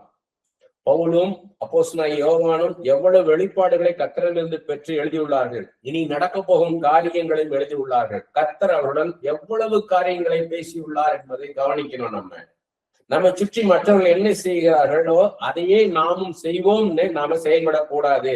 நமக்குன்னு ஒரு தனித்துவம் வேணும், ஒரு யூனிக்னஸ் வேணும், நமக்குன்னு ஒரு தனித்துவம் வேணும். நான் என்ன செய்ய போறேன், எல்லாரும் மாதிரி நான் பிரசங்கம் பண்ண போறேன், எல்லாரும் இல்ல. அதுக்கு நீங்க பிரயாசப்படணும். Very simple. ஆண்டவர் பார்த்து உட்காந்து ஆண்டவர் சொல்லி கொடுப்பார். நான் மோசையை போல நான் ஊழியம் செஞ்சுட்டு போறேன், மோசை நினைச்சிருந்தா எப்படி இருக்கும் யோசிச்சு பாருங்க. மத்தவங்க எல்லாம் எப்படி ப்ராஃபிட்ஸ், நானும் அப்படி போறேன் என்றா, இன்னைக்கு மோசையை போல ஒரு தீர்க்கதரிசி இதுவரை இருந்ததில்லை, இனிமேலும் இருந்ததில்லை என்றார். அப்படி போல உங்களை பயன்படுத்த முடியும். நீங்க அதுக்கு ஆயத்தமாகணும். இந்த உலகம் நம்ம எப்படி பார்க்க வேண்டும் என்பதை கர்த்தர் தீர்மானிக்கிறார். அதை நாம் தெரிந்து கொண்டு அதன்படி நாம் நடக்க வேண்டும். நம்முடைய வாழ்க்கை முறை இருக்கணும். இந்த உலகம் நம்ம எப்படி பார்க்கணுன்றதை நம்ம நினைச்சு பார்க்கணும். அப்ப நம்ம ரெடி ஆகணும். இது எப்படி என்றால் நம்முடைய உள்ளார்ந்த மனிதன் வெளிப்படுவதாகும். உள்ள இருக்கிற மனுஷன் வெளியே வர்றது, அவ்வளவுதான். மல்டி போக்கஸ்டாக, டைரக்ஷன்லெஸ்ஸாக, எய்ம்லெஸ்ஸாக இருக்கக்கூடாது. நோக்கம் இல்லாம, லெத்தி இல்லாம இருக்கக்கூடாது. சிங்கிள் போக்கஸ்டா இருக்கணும். நான் எப்படியாக இருக்கணும், அதுல தெளிவா இருக்கணும். இப்ப நீங்க போறீங்க ஆபீஸ்க்கு, டைம்ல இருக்கணும். எந்த விதத்துல அந்த டைம் கீப் அப் பண்ணணும், ஹார்ட் ஒர்க் பண்ணணும். ஒரு நாள் லேசினஸ் வரக்கூடாது, செலக்டிவ்னஸ் வரக்கூடாது, கொஞ்சம் கூட பிசிறு வரக்கூடாது. தெளிவா இருக்கணும், உங்க பேச்சு தெளிவா இருக்கணும், யோசித்து பேசணும். அப்ப அவங்க என்ன பண்ணுவாங்கன்னா, இவர்கிட்ட கேட்டா இவர் யோசிச்சுதான் பேசுவார், இவர் கரெக்டா சொல்லுவார், யோசித்து பேசுவார். அப்படி போல உங்களுக்கு நேம் வரணும். எப்பவுமே டைம்ல கரெக்டா இருக்கணும். அட்வான்ஸா போய் நிக்கணும். 9 மணி நாங்கன்னா 10 நிமிஷம் முன்னாடியே போய் நிக்கணும். 8 மணி நாங்கன்னா 10 நிமிஷம் முன்னாடியே நிக்கணும். அது உங்களுக்குள்ள அப்படியே அந்த டைம் செட் ஆகணும். உங்க ட்ரெஸ் பண்ற விதம் நீட்டா இருக்கணும். என்னத்தையோ ட்ரெஸ் பண்ணுவோம், என்னத்தையோ போகக்கூடாது. நீட்டா போய் இருக்கணும். உங்க பாடி லாங்குவேஜ், நீங்க யூஸ் பண்ற லாங்குவேஜ், எந்த மாதிரி லாங்குவேஜ் யூஸ் பண்றீங்க, அத கவனமா இருக்கணும். அப்ப உங்களுக்குன்னு ஒரு டிக்னிட்டி வரும், ஒரு மரியாதை வரும். சாதாரண பேசக்கூடாது. அது என்ன பேசணும், யார்கிட்ட பேசுறோம், அங்க எல்லாரும் பேசுறாங்களா, அமைதியா இருக்கணும். உங்க டேர்ன் வரும்போது பேசணும், இல்லைன்னா அமைதியா இருந்துட்டு போயிடணும். அப்படியே லோ ப்ரொஃபைலே இருக்கணும். ஆனா நம்ம ரெடி ஆகிட்டே இருக்கணும். நான் அவங்க இடத்துல இருந்தா என்ன பேசுவேன், அந்த லீடருடைய இடத்துல ஒரு பெரிய மீட்டிங் நடக்குது, கான்ஃபரன்ஸ், ஒரு 20 பேர் உட்காந்து ஒரு மீட்டிங் நடக்குது உங்க ஆபீஸ்ல. அந்த ஹெட் என்ன பேசுறார், நீங்க அந்த இடத்துல இருந்தா என்ன மாதிரி பேசுவீங்க, என்ன மாதிரி முடிவு எடுப்பீங்க, அதை எப்படி எக்ஸிக்யூட் பண்ணுவீங்க, அதை யோசித்து பார்க்கணும். நீங்க அதுதான் உள்ள ரெடி ஆகிறது. பிரயாசப்படணும். விதைக்காமல் அறுக்க முடியாது. நாம் எந்த துறையில் இருக்கிறோமோ அந்த துறையில் நிபுணனாக இருக்கணும், எக்ஸ்பர்ட்டாக இருக்கணும். தாளந்துகளை, வரங்களை கூர்மைப்படுத்தணும், ஷார்பன் பண்ணணும். நம்மளுடைய டேலண்ட்ஸ், நம்மளுடைய கிஃப்ட், ஸ்கில், இதெல்லாத்தையும் ஷார்பன் பண்ணிக்கிட்டே இருக்கணும். நம்முடைய துறை சம்பந்தப்பட்ட காரியங்களை பற்றி அதிகமாக கற்றுக்கொள்ள வேண்டும். நம்மை அப்டேட் பண்ணிக்கொண்டே இருக்கணும். எதையும் தள்ளி போடக்கூடாது, போஸ்ட்போன் பண்ணக்கூடாது. அது சோம்பேறித்தனமாகும். சோம்பேறித்தனத்துடைய ஒரு அடையாளம் போஸ்ட்போன் பண்றது. நாளைக்கு பார்த்துக்கிடலாம், நாளைக்கு கழிச்சு பார்த்துக்கிடலாம், அப்புறம் பார்த்துக்கலாம். நீங்கன்னா அதான் லேசினஸ் உங்கள்ட்ட இருக்குன்னு அர்த்தம். உடனே அதை செய்யணும். சமைக்கிறீர்கள் என்றால் நன்றாக சமைக்க பழகுங்கள், எக்ஸ்பர்ட் ஆகுங்கள்.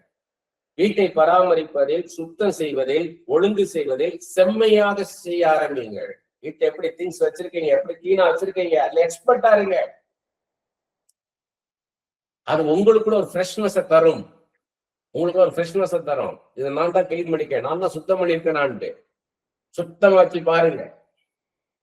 விருந்தினரை உபசரிப்பதை சிறப்பாய் செய்யுங்கள். ஹாஸ்பிட்டாலிட்டி, அவங்களே அந்த புரோட்டோகால், அவங்க வரும்போது எப்படி ரிசீவ் பண்ணணும். நிறைய பேர் பாத்தீங்கன்னா நம்மள வீட்டுக்கு வர சொல்லிடுவாங்க, நம்ம அவங்களுக்கு போன் பண்ணிக்கிட்டே இருப்போம். பாத்தீங்கன்னா அவங்களுக்கு நம்மளை கான்டாக்டே பண்ண முடியாது, அடிச்சுக்கிட்டே எடுக்க மாட்டாங்க. எப்படி போகணும்னே தெரியாது, எந்த லேண்ட்மார்க் எப்படி வரணும்னு கேட்டுக்கலாம்னா ஒண்ணுமே கேட்க முடியாது. ஆனா நீங்க அதை என்ன பண்ணலாம், நீங்க அவங்க லொகேஷன் மேப் அனுப்பிச்சு, உங்களுடைய அட்ரஸையும் டைப் பண்ணி அனுப்பிச்சு, அவங்கள கூப்பிட்டு நீங்க இப்படி வரணும், இப்படி வருவீங்க, இந்த இடத்துல லேண்ட்மார்க் இருக்கும் அப்படின்னு சொன்னீங்கன்னா அவங்களுக்கு எப்படி இருக்கும்.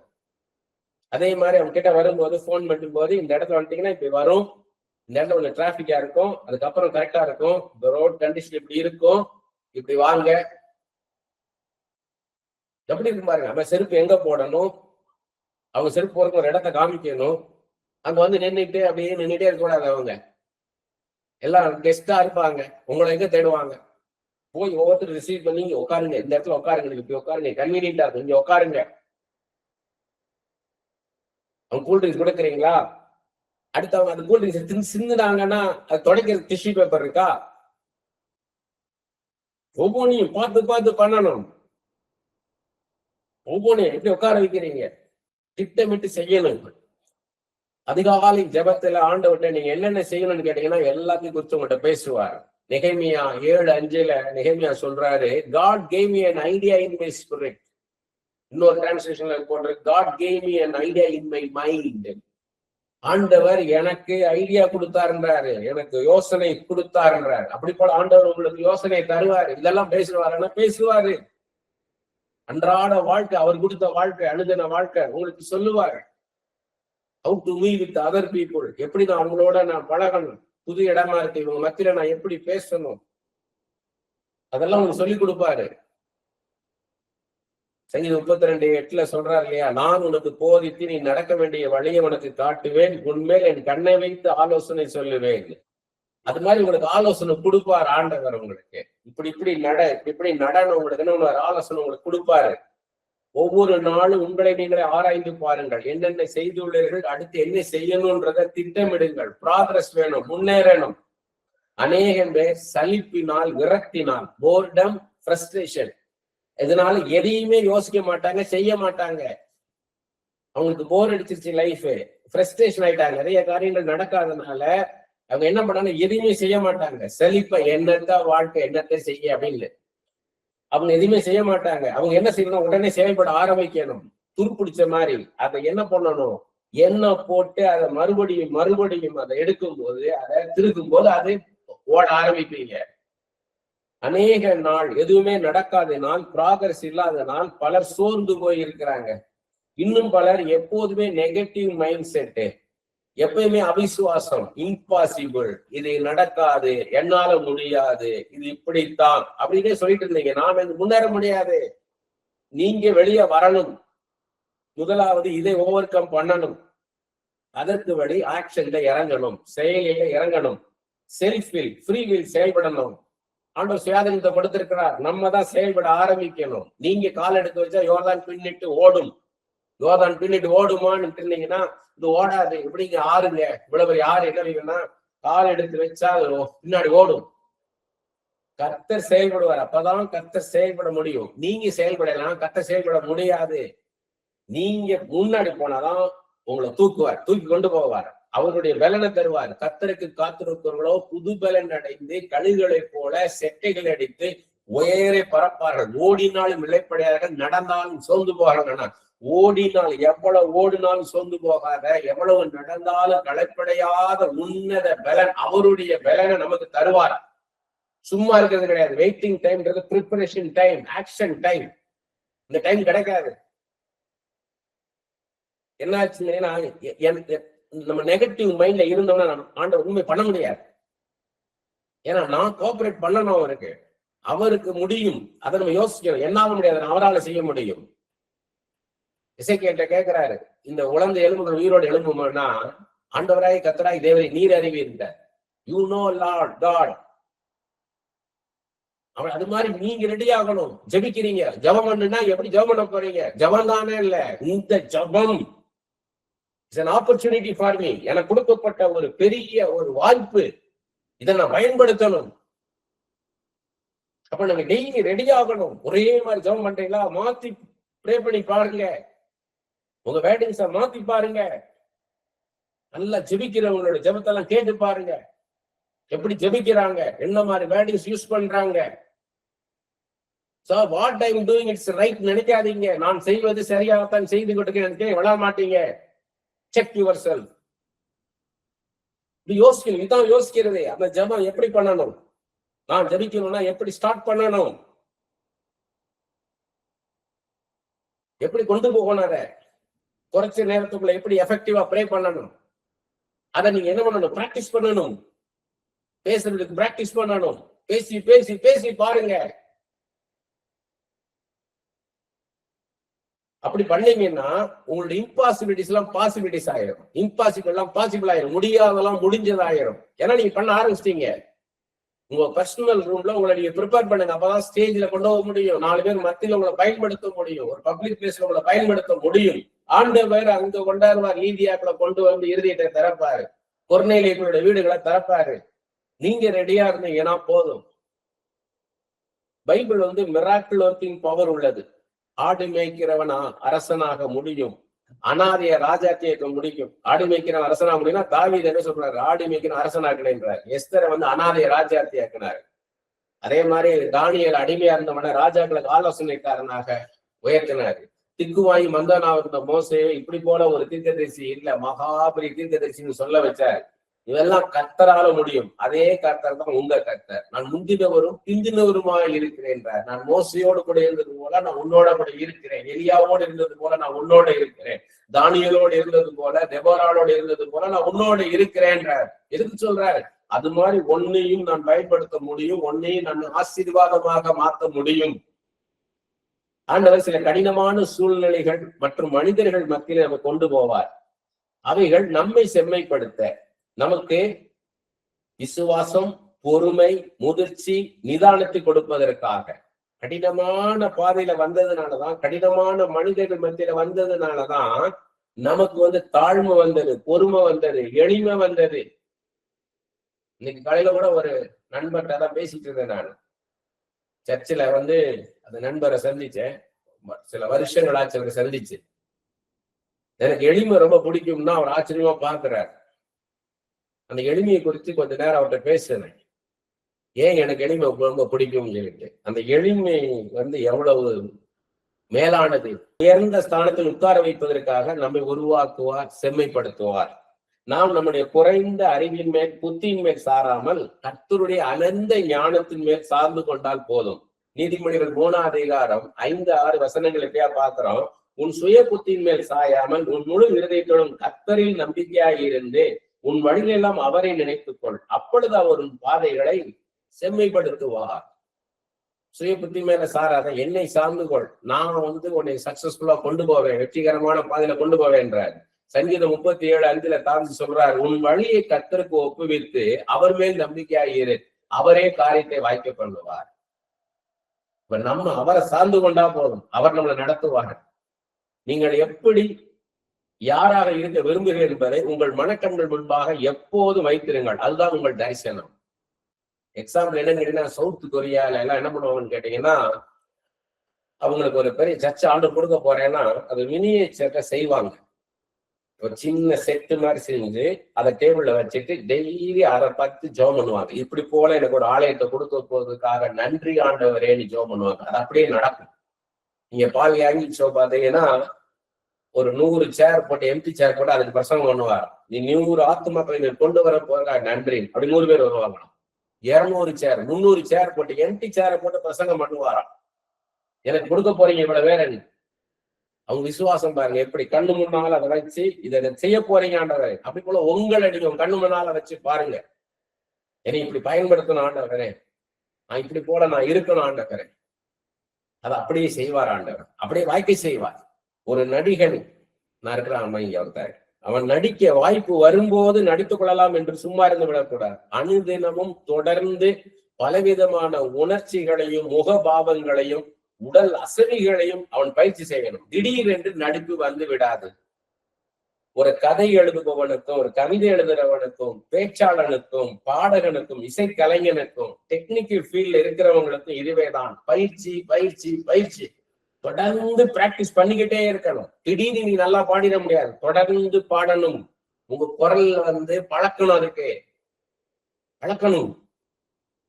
நீங்க பாத்தீங்கன்னா ஒரு தடவை தூர்தர்ஷன் ரெக்கார்ட் பண்றதுக்காக கத்ரி கோபால்நாத் வந்திருந்தார்.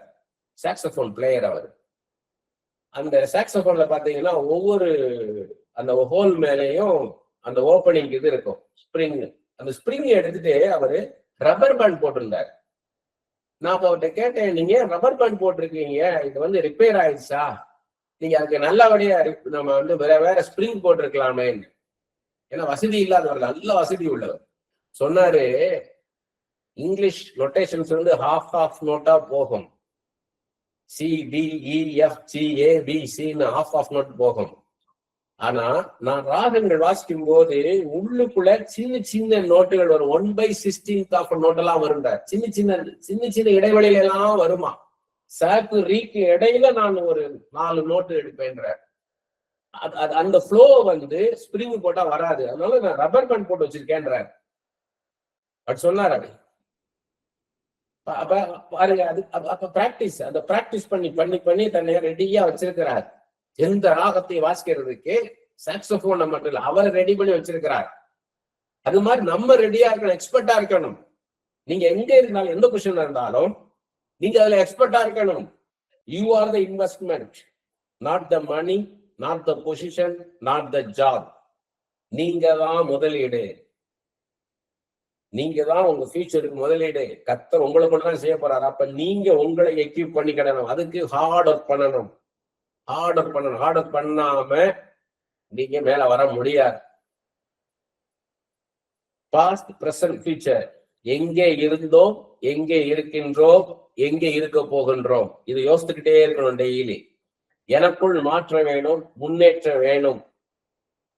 என்னுடைய ஜபம், என்னுடைய வேத தியானம், கர்த்தரை குறித்த என் அறிவு. கர்த்தர் குறித்த அறிவுனா கர்த்தருடைய சித்தம் என்ன, சிந்தை என்ன, கர்த்தர் எப்படி நடத்துவார், எப்படி நடத்த மாட்டார், இது குறித்த தெளிவு நம்மளுக்கு வேணும். பட் ஆவிக்குரிய காரியங்களை நீங்க தெளிவா இருந்தீங்கன்னா உங்க இன்னர் மேன் ஸ்ட்ராங்கா இருப்பான். ஏன்னா வெளியே என்ன நடந்தாலும் அது உங்களை பாதிக்காது. எப்படிப்பட்ட மனுஷங்க எப்படி நடந்தாலும் உங்களை பாதிக்காது. ஏன்னா என் கர்த்தர் இப்படித்தான் நடத்துவார், இப்படித்தான் கொண்டு போவார். அந்த தெளிவு உங்களுக்குள்ள வந்துடும். கடந்த காலத்தில் நான் பட்ட கஷ்டங்கள், எனக்கு வந்த வியாதி, எனக்கு வந்த நெருக்கடி, சூழ்நிலைகள் மூலமாக, மனிதர்கள் மூலமாக வந்த நெருக்கடி, போராட்டம், இதுல இருந்தெல்லாம் கர்த்தர் என்னை எப்படி விடுவிச்சிருக்கிறார் யோசித்து பார்க்கணும். அப்ப கர்த்தரை பத்தி அறிந்து கொள்வீங்க. அப்ப அதுக்கு ஜபத்துல டெய்லி அதை சொல்லி சொல்லி நன்றி சொல்லி பழகணும். உங்களுக்கு என்னெல்லாம் கடந்த காலத்துல ஆண்டவர் செய்தார் நன்மைகளை, எப்படியெல்லாம் நடத்தி கொண்டு வந்தார், அப்படி சொல்லும் போதுதான் இப்ப எப்படி வச்சிருக்கிறார் உங்களுக்கு தெரியும். அப்ப இனி எப்படி நடத்துவார், இதே போலதான் இதுவரை எப்படி நடத்தி வந்தாரோ அதுபோல இனி நடத்துவார் நிச்சயம் உங்களுக்கு உண்டாயிரும். என் தேவைகளை, என் வாஞ்சைகளை கர்த்தர் நிறைவேற்றிருக்கிறார். என் ஜபத்திற்கெல்லாம் பதில் கொடுத்திருக்கிறார். அவருடைய அன்பு, இரக்கம், தயவு, கிருபை எல்லாம் எனக்கு பரிபூர்ணமா கிடைச்சது. அதை யோசித்து பார்க்கணும். அவரை குறிச்சு யோசிக்க என்ன சூழ்நிலை ஒண்ணும் இல்லை, மனுஷர்கள்லாம் ஒண்ணும் இல்லைன்னு ஆயிரும். உங்களை யாரு அப்ரிசியேட் பண்ணாலும், யாரு கிரிட்டிசைஸ் பண்ணாலும், யாரு கண்டம் பண்ணாலும் உங்களுக்கு ஒண்ணுமே தோணாது. ஏன்னா என் கர்த்தர் அதை சொல்றாரு இல்ல, என் இயேசுவா அதை சொல்றாரு. யாரோ ஒரு மனுஷன், அறிவு குறைவுள்ள மனுஷன், இவன் என்ன செய்ய முடியும்? எனக்கு எந்த மனுஷனை நம்பி வாழ மாட்டீங்க, கர்த்தரை நம்பி வாழ ஆரம்பிப்பீங்க. என் வாழ்க்கை கர்த்தருடைய கருத்தில் இருக்குது, எந்த மனுஷன் கையில இல்ல. He was with me, he is with me, he will be with me. என்னோட இருந்தார், என்னோட இருக்கிறார், இனியும் என்னோட இருப்பார். கடந்த காலத்தில் நான் எடுத்த முயற்சிகளில் எல்லாம், வீடு, வேலை, மற்ற காரியங்கள் எல்லாம் கர்த்தர் ஆசீர்வதித்து நிறைவேற்றினார். இப்போது நான் எடுக்க போடும் முயற்சிகளை நிச்சயமாக கர்த்தர் ஆசீர்வதித்து நிறைவேற்றுவார். அந்த நிச்சயம் நமக்கு வேணும். பாருங்க, நான் தூர்தர்ஷன்ல நான் கேமராமேனா இருக்கும்போது பாத்தீங்கன்னா சென்ட்ரல் கவர்மெண்ட்ல 4 years ஒன்ஸ் டிரான்ஸ்பர் பண்ணிடுவாங்க. ஒரு இடத்துல நீங்க 4 வருஷமா இருக்கலாம். ஒரு டெம்பரவரி தான் அட்ரஸ், பெர்மனன்ட் அட்ரஸே கிடையாது. 4 years ஒன்ஸ் அப்படியே டிரான்ஸ்பர் பண்ணிடுவாங்க. முதல்ல நாங்க அஸ்ஸாம்ல இருந்தோம், கவுஹாத்தில, அடுத்து சென்னையில இருந்தோம், அடுத்து திருவனந்தபுரத்துக்கு போனோம். ஒரு இடத்துல செட்டில் ஆக முடியல. அப்ப எல்லாம் மனசு ஏங்கும். பேசாம ஒரு ஸ்டேட் கவர்மெண்ட்ல ஏதோ ஒரு இடத்துல ஒரு கிளார்க்காவது இருந்திருக்கலாமே, ஒரு இடத்துல இருந்திருக்கலாமே யோசிச்சிருக்கேன் நான். நம்ம வீடு கட்ட முடியலையேன்னு ஒவ்வொரு தடவை ரேஷன் கார்டை மாத்திக்கிட்டே இருக்கணும். போன் அப்ப எல்லாம் லேண்ட்லைன் தான், ஒவ்வொரு தடவை லேண்ட்லைன் அப்ளை பண்ணி வாங்கணும். இவ்வளவு ஈஸியெல்லாம் கிடைக்காது. எப்படி யோசித்து பாருங்க. அதான் யோசித்து பார்க்கணும். இன்னைக்கு நமக்கு ஒரு இடத்த வச்சிருக்காரு, ஒரு இடத்துல இருந்து வச்சிருக்காரு உங்களை அப்படி 4 வருஷத்துக்கு ஷிஃப்ட் பண்ண என்ன ஆகும் யோசித்து பாருங்க. இது 4வது வருஷம், இன்னும் 2 மாசத்துல உங்களை ஷிஃப்ட் பண்ணி வரலாம். யோசித்து பாருங்க. அப்ப தெரியும் இப்ப இருக்க லைஃப். நம்மளுக்கு இக்கரைக்கு அக்கறை பிரச்சனை வாங்க. அது மாதிரிதான் நம்மளுக்கு நம்ம கொடுக்கப்பட்ட வாழ்க்கையை பாருங்க. உடல் ஊனமுற்றோரை யோசித்து பாருங்க. கண் இல்லாதவங்க, காது கேட்க முடியாதவங்க, வாய் பேச முடியாதவங்க, நடக்க முடியாதவங்க, மூளை வளர்ச்சி இல்லாதவங்களை யோசித்து பாருங்க. அப்ப நமக்கு எப்படியெல்லாம் ஆண்டு கிருபையா கொடுத்து இருக்கிறார். இதை வச்சு நம்ம என்ன செய்யறோம்? இருக்கிறத வச்சு குழம்பிக்கு கிடக்குறோம். கண் இல்லாதவங்க போய் கேட்டீங்க என்ன வேணும் கேட்டா கண்ணு வேணும். அந்த கண்ணு உங்களுக்கு கொடுத்துருக்காரு. காது கேட்காதவங்க உங்களுக்கு என்ன வேணும்? காது கேட்டா போதும். காது கேட்டா போதும். கால் இல்லாதவனு போயிட்டாங்க. கால் இருந்தா போதும். கை இல்லாத கை இருந்தா போதும். நான் இதெல்லாம் செய்வேன், அதெல்லாம் செய்வேன். நம்ம செய்யறோமாத? கண் பார்வை இல்லாத ஒரு பாஸ்டரை சமீபத்துல சந்திச்சேன்.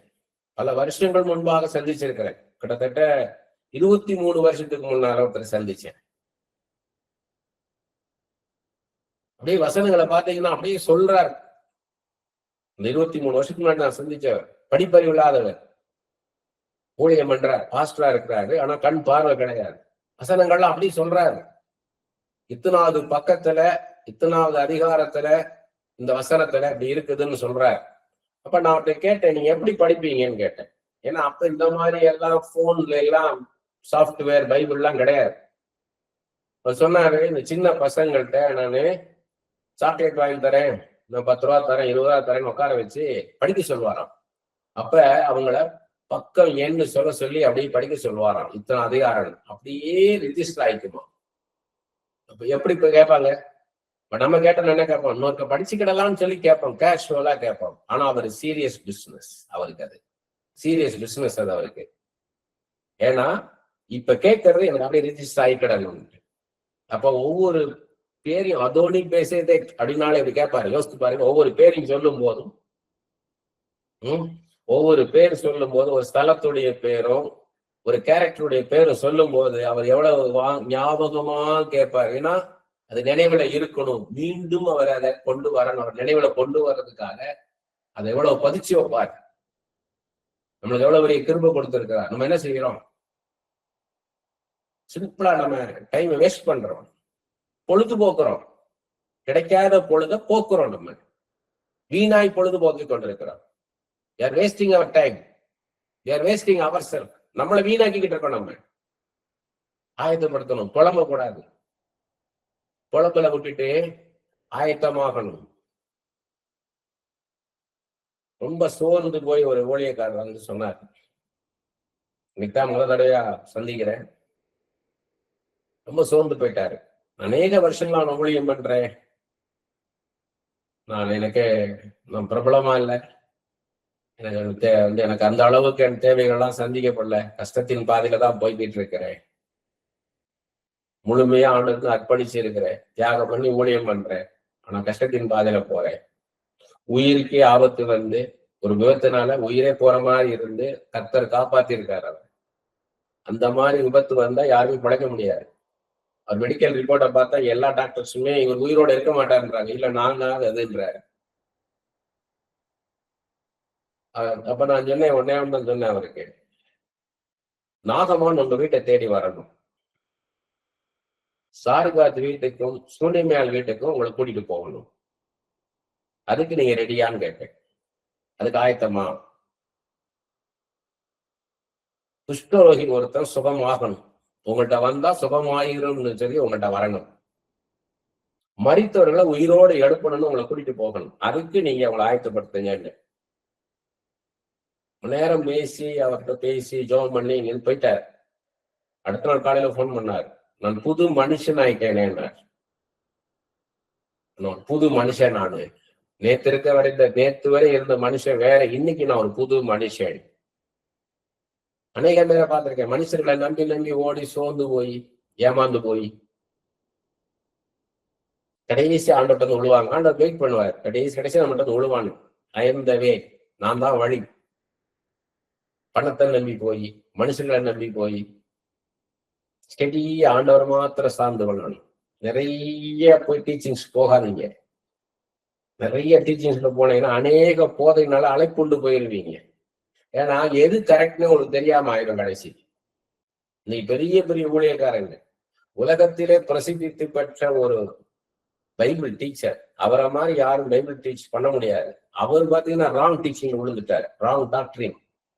ஏன்னா யாரு அதை கேட்ட உடனே இது ஆமா சரிதானே. பைபிள்ல என்ன சொல்லி இருக்குது, வேதம் என்ன சொல்லுது, இதுல மாத்திரம் ஸ்டிக் ஆன் பண்ணுங்க.